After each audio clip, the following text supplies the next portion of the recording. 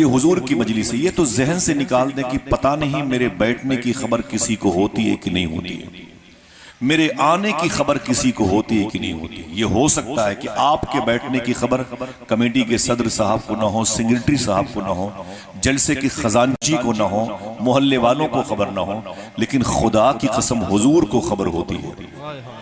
आप चाहें तो मेरी गर्दन पे छुरी रख दें, लेकिन मैं इस अकीदे से मुनहरिफ नहीं हो सकता। मैं कुरान सर पे रख के कह सकता हूं, जितने लोग यहाँ पर अच्छी नीयतों के साथ आए हैं, माँ बहनें बच्चियां बच्चे आए हैं, सबकी खबर हुजूर को है। जितनी मर्तबे आप हुजूर का नाम लेंगे हुजूर को खबर होती रहती है।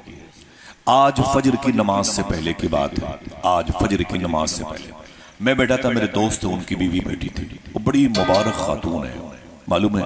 वो कहती हैं भाईजान आज की बात है, वल्लाहि लज़ीम बता रहा, ये रिकॉर्ड हो रहा है, ये मदनी नात इन्फो के जरिए से। मैं उनके करीब बैठा था, उनके शौहर बैठे थे, बहुत प्यारी खातून है। कहने लगे कि भाईजान एक हफ्ते तक मुझे उलझन बहुत थी, मैंने दुरूद पढ़ना बंद कर दिया, कुरान पढ़ना बंद कर दिया, नफिल पढ़ने बंद कर दिया, मैंने सब बंद कर दिया।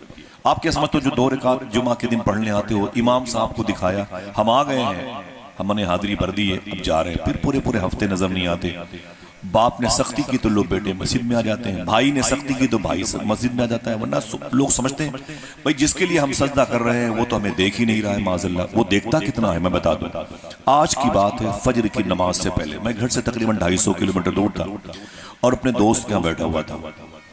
तो मालूम है उनकी बीवी ने क्या कहा, बड़ी मुबारक है, बड़ी किस्मत वाली है, बड़ी हयादार है और बड़ी किस्मत आला पाई है। वो कहने लगे कि बीच में एक हफ्ते तक के लिए मैंने दुरूद पढ़ना बंद कर दिया, कुरान पढ़ना बंद कर दिया और मैंने नफिल पढ़ना बंद कर दिया। तो खुदा की कसम वो कहती हैं कि भाईजान मैंने एक हफ्ते के अंदर ही हुजूर सल्लल्लाहु अलैहि वसल्लम को मैंने ख्वाब में देखा। मालूम है क्या देखा आपने? कि जो आपने दुरूद पढ़ा है वो भी सुन लें, जो तो पढ़ेंगे उसके बारे में सुन लें, जो पढ़ते हैं जो नहीं पढ़ते वो भी सुन लें। वो कहती है कि जब मैंने हुजूर सल्लल्लाहु अलैहि वसल्लम को ख्वाब में देखा तो कंडीशन ये थी कि मैं बाहर थी और हुजूर सल्लल्लाहु अलैहि वसल्लम एक हुजरे में मसरूफ थे और बड़ा सा रजिस्टर था, हुजूर उसे जलाल के आलम में यूं उसे पलटते थे, यूं पलटते थे, कागज को यूं करते यूं करते यूं करते। सहाबा किराम अदब से हुजूर की बारगाह में खड़े हुए थे। तो मालूम है हुजूर ने क्या कहा? वो रोने लगी, बोली कि हुजूर ने मेरा नाम लेके पुकारा, फला कहा है, उसका कोई दरूद इस हफ्ते मेरी बारगाह में नहीं आया। फला कहा है, उसे बुला के लाओ, उसका कोई दरूद, उसकी कोई नफिल नमाज है, कुरान की तिलावत है, रजिस्टर में लिखी, उसे बुला के लाओ। वो कहती रोने लगी, बोले साहबा दौड़े मेरे पास और मुझसे बोले तुझे, मैं नाम नहीं लूंगा, वो आप तशहीर हो जाएगी, शोहरत हो जाएगी। साहबा किराम ने बोले तुझे हुजूर याद कर रहे हैं। बोले मैं डरती डरती आई तो हुजूर ने फरमाया तेरा कोई दरूद इस हफ्ते मेरी बारगाह में नहीं आया, तेरा कोई अमल मेरी बारगाह में नहीं आया। हुजूर ने फरमाया डंडा लेके आओ। खुदा के वो कांप रही थी जब कह रही, बोले हुजूर पर डंडा लेके आओ। अचानक हुजूर के हाथ पे मुबारक डंडा आ गया और आका ने फरमाया डंडा लेकर के, तूने क्यों नहीं पढ़ा मेरी बारगाह में दरूद, तूने कुरान की तिलावत क्यों नहीं की, तूने मुझे याद क्यों नहीं किया? तो वो रोने लगी, बोले हुजूर मुझे माफ कर दो, सरकार मुझे माफ कर दो, मैं मसरूफ थी, उलझन थी। हुजूर फरमाते तू क्या समझती है कि मेरे दरूद की खबर मेरे नबी को नहीं होती, पढ़ने से पहले मुझे खबर हो जाया करती है। फिर मालूम है हुजूर ख्वाब में तशरीफ ले गए, उनकी आंख खुल गई, उन्हें अपने शौहर को जगाया। मालूम क्या कहा? उनके शौहर हंस रहे थे, बोले मुझे जगा के बोलती हैं जब तक अब दोबारा मैं हुजूर को खुश चेहरे के साथ देख न लूं मुझसे बातें न करना। मालूम क्या कहा? जब तक मेरे आका मुझसे राजी न हो जाए, खबरदार मुझसे बातें न करना, तुम्हारे लिए वक्त पे खाना रहेगा, वक्त पे पानी रहेगा, बस मुझसे बातें न करना। मालूम है वो रोने लगी।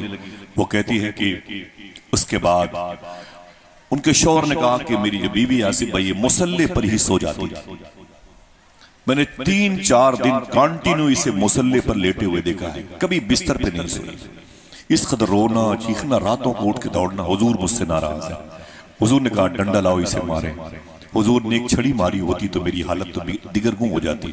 वो कहती है कि मैं 4-5 दिन अपने शौहर से बात नहीं की, बेटियों से भी हंस के बात नहीं करती थी, बस खाना पका के दे देना, जिसका दिल कहे जो खाओ, मुझसे कोई बात ना करे। मुझे किसी की बातें नहीं अच्छी लगती हैं सिवाय मदीने वाले आका। मालूम है वो कहती हैं कि फिर मैंने 4 दिन के बाद जब दुरूद की मैंने कसरत की तो 4 दिन के बाद मैंने हुजूर सल्लल्लाहु अलैहि वसल्लम को 17 साल की उम्र शरीफ में देखा। हुजूर की जवानी की उम्र शरीफ होने वाली थी, तब मैंने हुजूर सल्लल्लाहु अलैहि वसल्लम की ज़ियारत की है और फिर मेरे दिल को तस्कीन मिली है, तब मेरा दिल राहत पाया है। तो साहिबों जरा सोचो कि जो हमारे दुरूद पढ़ने की खबर को जानता है, तवज्जो रखना, ये जमात अहले सुन्नत का अकीदा है और जितने लोग बैठे हैं ये अकीदे अहले सुन्नत से इनका ताल्लुक है। हम किसी वहाबिया दयाबना से बात नहीं कर रहे हैं, ठीक है।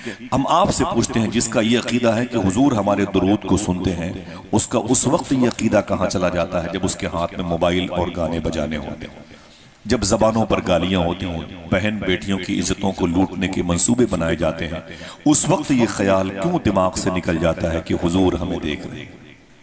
समझ रहे हैं? हुजूर देखते कितना है, हुजूर तो हुजूर है, हुजूर के गुलाम सैयदना शेख अब्दुल कादिर जिलानी कितना देखते।